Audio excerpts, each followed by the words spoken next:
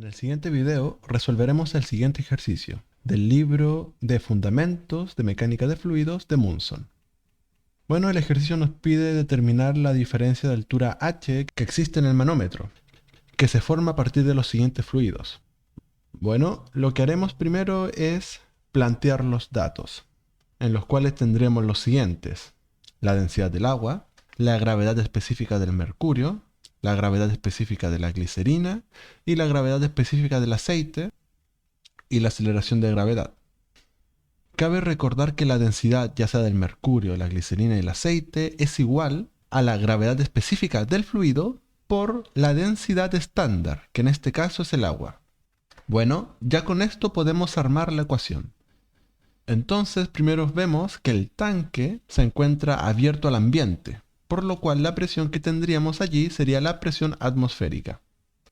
Ya con esto podemos marcar nuestras referencias y ver dónde se encuentra la columna final del fluido, así como lo hacíamos en los videos anteriores.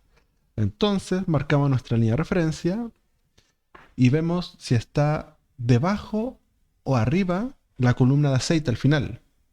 Y podemos ver que está debajo, por lo cual la presión aumenta.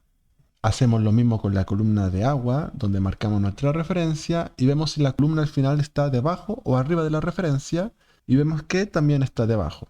Hacemos lo mismo con la columna de glicerina, marcamos nuestra referencia, vemos si está arriba o abajo la columna de glicerina al final y vemos que está debajo también. Y esto lo agregamos a la ecuación.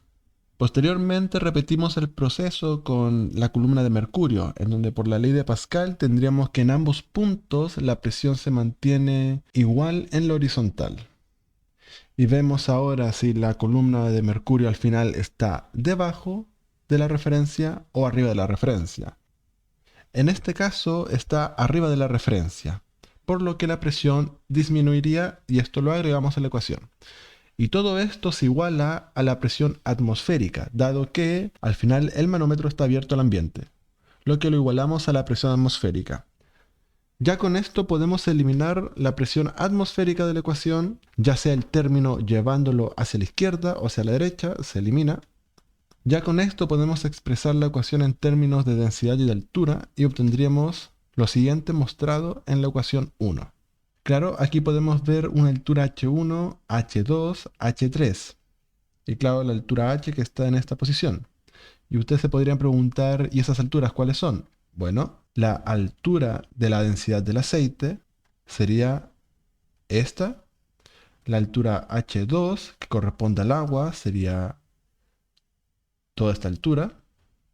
Y la de la glicerina, el H3, sería toda la altura donde está el fluido al principio y al final, H3. De esta manera ahora despejamos la diferencia de altura H. Entonces, al despejar obtendremos la ecuación 2. Claro, aquí podemos factorizar por la gravedad y eliminar el término.